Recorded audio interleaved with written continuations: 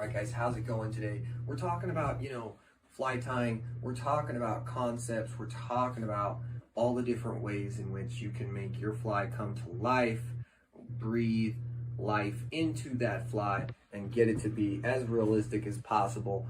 Ultimately, just increasing your chances of hooking into more and bigger fish.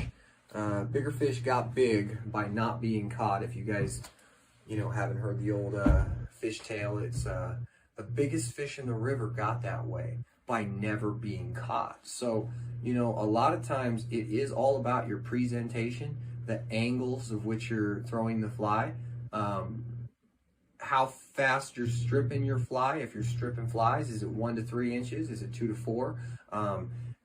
Every little small detail matters. But today, we're going to focus on a couple little tricks, tips, and secrets that I'm just going to share with you. I'm not going to take up much of your time. It's fly fishing related, it's fly tying related, and we're going to talk about some real simple things that they're constantly being brought up in every book that I read for fly tying and lure making, and mostly tying and creating different stuff on the vise, streamers, flies, anything you could imagine. Leeches, crustaceans, minnows, everything. So first thing first, there's a lot of materials on the market, guys, and if you are seriously trying to get into this, you need to be shopping smart. So shopping smart means you're going to go to feathercraft.com. It's located in Canada. That's a major gift I'm giving you. You guys are going to save a lot of money. You're going to have access to materials you cannot get anywhere else. This is, in my opinion, the best store in North America, possibly the world, to buy fly fishing equipment, gear, materials. The thing is, they're cheaper than anyone else, and they're very fair.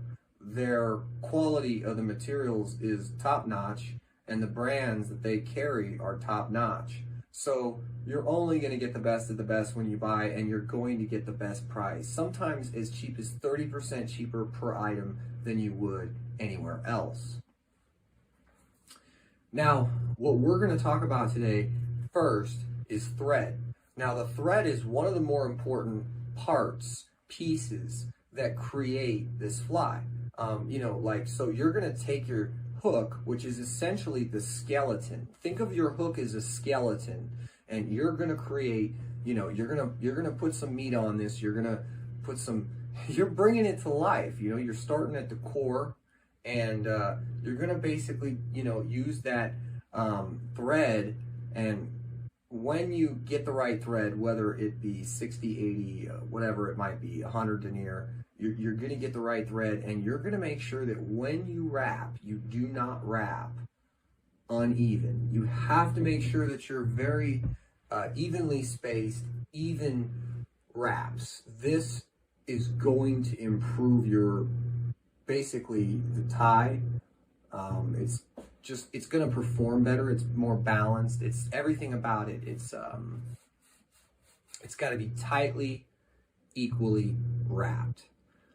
This is going to give you a much better finished product, but more importantly, the balance is what's really key about that. So just remember, whenever you're tying, your wraps need to be tight wraps. They need to be even, and they need to be consistent. And you need to have the right thread. Okay, you need to have the right materials for whatever you're trying to do. A lot of people try to use alternative materials. I'm not saying alternative materials don't work, but sometimes I see people going in and they're getting like a mop, they're cutting little things off, like some kind of a pad that they bought at the dollar store. They're trying to get away with trying to, basically do it cheap, and not just cheap, but let me just tell you how I feel. I was told by a really, one of the better tires around in the world that, basically there's 3 kinds of tires. You got your bench tire, and your bench tire, he's just on the vise. He's trying stuff out. He don't know much about much yet. And he referred to that as, tying junk on a hook. I got the same guy telling me that there's the next level of tires, which are more like commercial tires, more into it for the profit. So the commercial tire is always going to, generally try to make more of these in a smaller amount of time.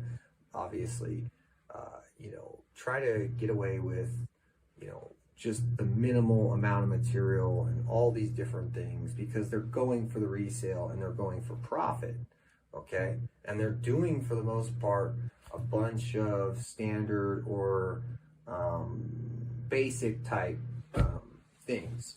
So the next level tire is basically your advanced tire, who's going to apply concepts and understand what materials do what, when is the best time to fish them, why, situational experiences, all that's going to apply.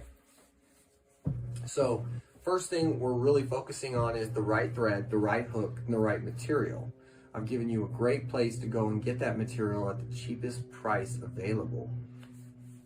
The next thing is going to be patience. I really recommend you work on one thing at a time. You're overwhelmed, you got a lot of stuff you might want to tie. Calm down. Pick one thing, focus on it. Tie a dozen. Tie 2 dozen. You will a lot faster you will pick up when you're tying that particular lure bait. You're going to pick up small subtle things, and it's going to allow you to make that particular thing you're tying faster, and you're going to not only be able to assemble it faster, but essentially you're really going to have a better idea of what you're trying to do. Sometimes you're going to have a little too much thread or a little too much material. It's always better to go with the least amount of thread possible. That's something I can tell you guys right off top. If you're getting away with 6 wraps and you like the way it's working, try 5. If 5 works and you're getting away with 5, try to go down to 4 wraps. It's really important. Collar needs to be not a part of the bait or profile. It needs to just blend in. So the collar is definitely one of the next most important things about tying. And next to that, being able to understand working with each material. This is also why tying a dozen or 2 of a single thing is beneficial. You're going to start proportioning your bucktail craft, or whatever it is you're playing with, marabou. You're going to proportion it better. You're going to start to work with the material better. You're going to get better at working with it and things of that nature. So ultimately, all this is going to help you get better faster. So I really hope you guys focus in on these things. Sometimes, guys, it's okay to play around and experiment with things. It's just, remember, it is your time and it is your money. And time and money, well, together, it's time and money.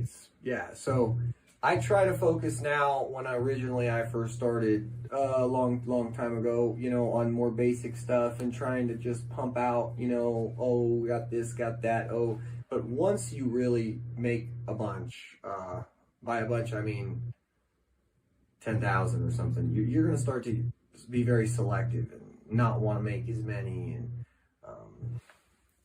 it's going to be something that's going to take a little bit of time. It's an art form. I wish you guys the best, and I wish you happy 2022. Tight lines, go get them.